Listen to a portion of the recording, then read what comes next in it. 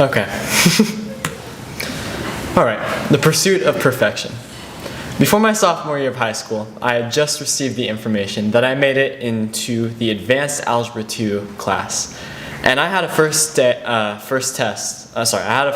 test on the first day of class. And it covered the entire review section of my book.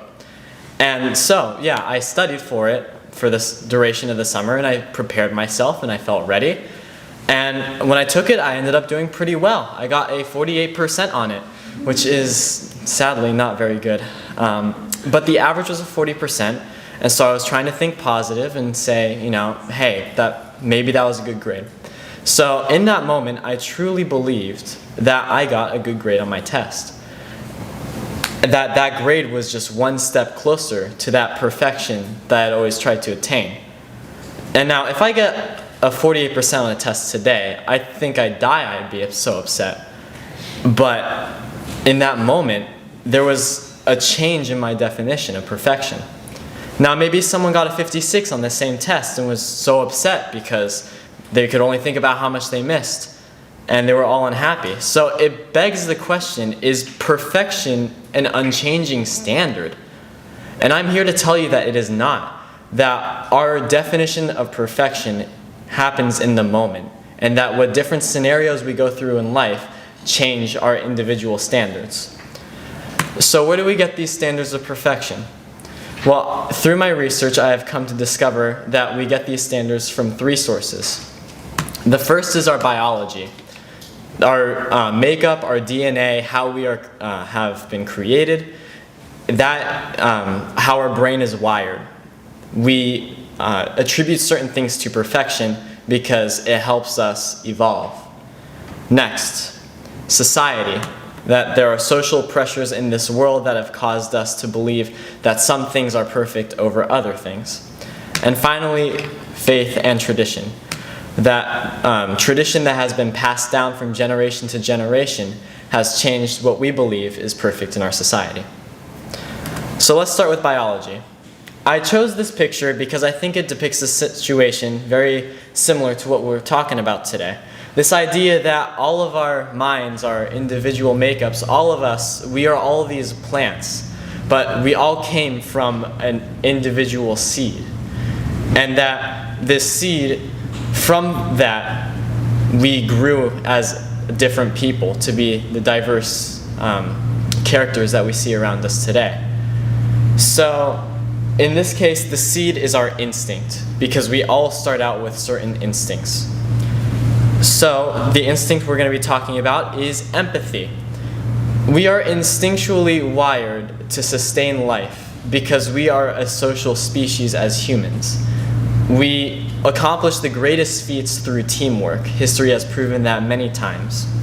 So, when we're walking down the street and we see someone in need, we have this desire to help them. And whether or not we choose to act on that, the very desire itself proves that we are all instinctually built with this empathy. So perhaps we attribute acts of empathy to perfection.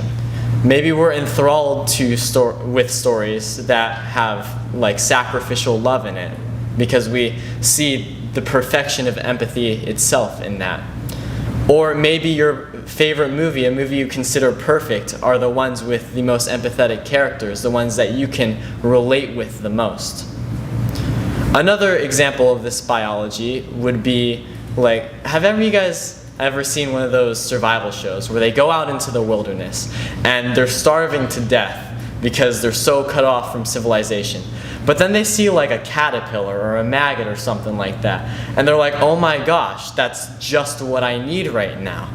And then you get something like this. Well, this is our psychology telling us that something that was previously imperfect is now perfect because it satisfies the needs of that situation. All right, next, society. So me, I'm an American. I grew up in a very materialistic and consumerist world, and I sadly value the materials in my life much more than I probably should. So whenever I eat, I'll always use a napkin. I only hesitantly share things. I don't wear clothes I don't like. I'm a wreck without my phone. I mean, the list goes on. But then let's look at this other nation. This is the tribe, the Tanans, and they live in the country of Vanuatu, which is east of Australia, and they are one of the oldest tribes in the world. And they are very poor because they don't have much materials in their world. But they share what little they have, and they are a happy community. So the Tanans continue to prove that consumerism isn't the root of all happiness. Now, I would have trouble imagining a perfect reality where all the materials in my life just disappeared. But perhaps it wouldn't be as hard for the Tanans to give up what little they have. So we can see here how society has changed our definition of perfection. Switching gears here. In North Korea, as Maya Salam and Matthew Hogg of the Washington Post said, their independent thought is bred out, and propaganda glorifying the state is plentiful.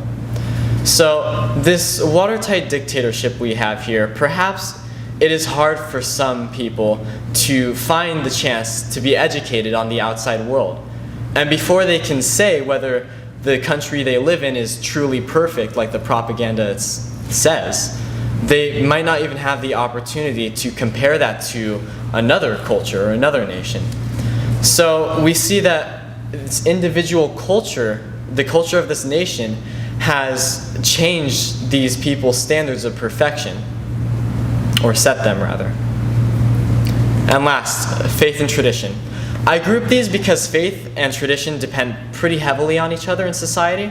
You see countries making laws that support their majority religion, and then you see religion kind of supporting the country as well, and they're kind of intertwined in our world. So we're going to start with religion. All religion has a sense of order and chaos, and the order is always depicted as something that's perfect and something to strive for, and the chaos is always falling short of that perfection. And each religious person tries to model the perfection that is outlined in their doctrine. So here's one example of this perfection. This comes from the Christian Bible in Romans 12:2. It says, "Do not be conformed to this world, but be transformed by the renewal of your mind, that by testing you may discern what is the will of God, what is good and acceptable and perfect." So this tells the early disciples of Christianity that they are to follow God's will because they define God's will as perfect and good and acceptable. We see here how much easier it is to call perfection objective when we can assign it to a deity or deities, because we understand that in their doctrine that the world has been created from these deities or deity. So through faith, religious people will try to model this objective perfection that is outlined in their doctrine. And then tradition. So I grew up in the Western world, and I know a very Western Christmas. I know a Christmas that has Christmas trees and Christmas songs, and where we come together as a family and exchange gifts. And it's hard for me to imagine a perfect Christmas in which none of these things were happening. So you can already see how tradition has changed my definition of perfection that is different from other people's definition of a perfect Christmas who have not grown up in the Western world. Or here's another example. I grew up in an Italian family, and I've been taught to appreciate authenticity of Italian foods. So perhaps I would walk into a Mexican restaurant and maybe it's not authentic, but that wouldn't bother me as much if I went to as if I went to an Italian restaurant and it wasn't authentic. And that's because I've been trained and I've been taught through tradition about this authenticity and how important it is.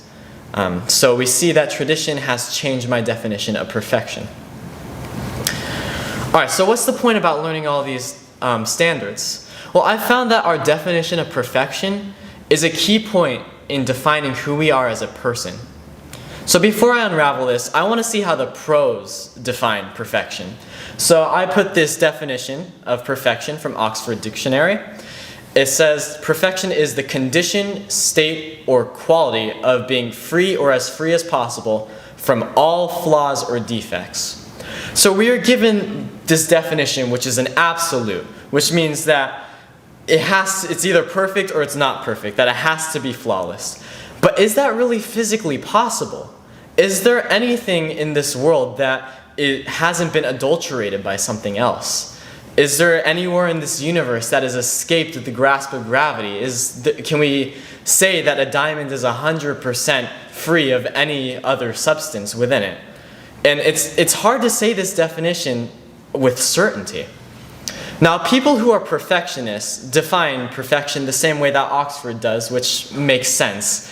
But they hold themselves to these inhuman standards, and when they inevitably fail, they fall into disappointment and it becomes unhealthy. So we have to ask ourselves, is perfection realistic? Ralph Waldo Emerson stated in his compilation Education that accuracy is essential to beauty. But I disagree. We cannot create something flawless. I mean, the materials we are given in this world are inherently flawed. So we set ourselves up for failure. So how can we fix this? Well, we as a community need to redefine perfection. Good parents shouldn't expect their kids to be flawless. It's unreasonable. So why should they raise perfectionists? I believe that good parents don't raise perfectionists, but raise hard workers. Perfectionists hit a wall and fall down, but hard workers get back up and keep plowing through life. My sophomore year, I wasn't excited that I failed my test.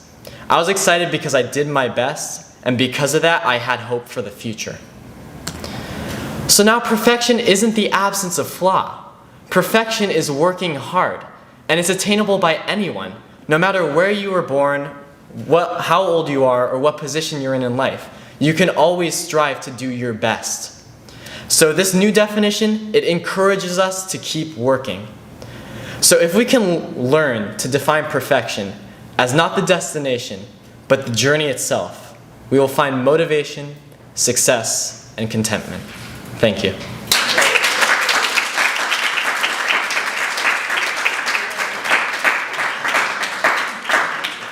All right, and we're off to our last presentation with our very own Jeff Tang, who sells himself short. He has done so much for this club. He has done all the organization, and we're really grateful for you, Jeff. So thank you so much for just being a part of this and making this happen. Jeff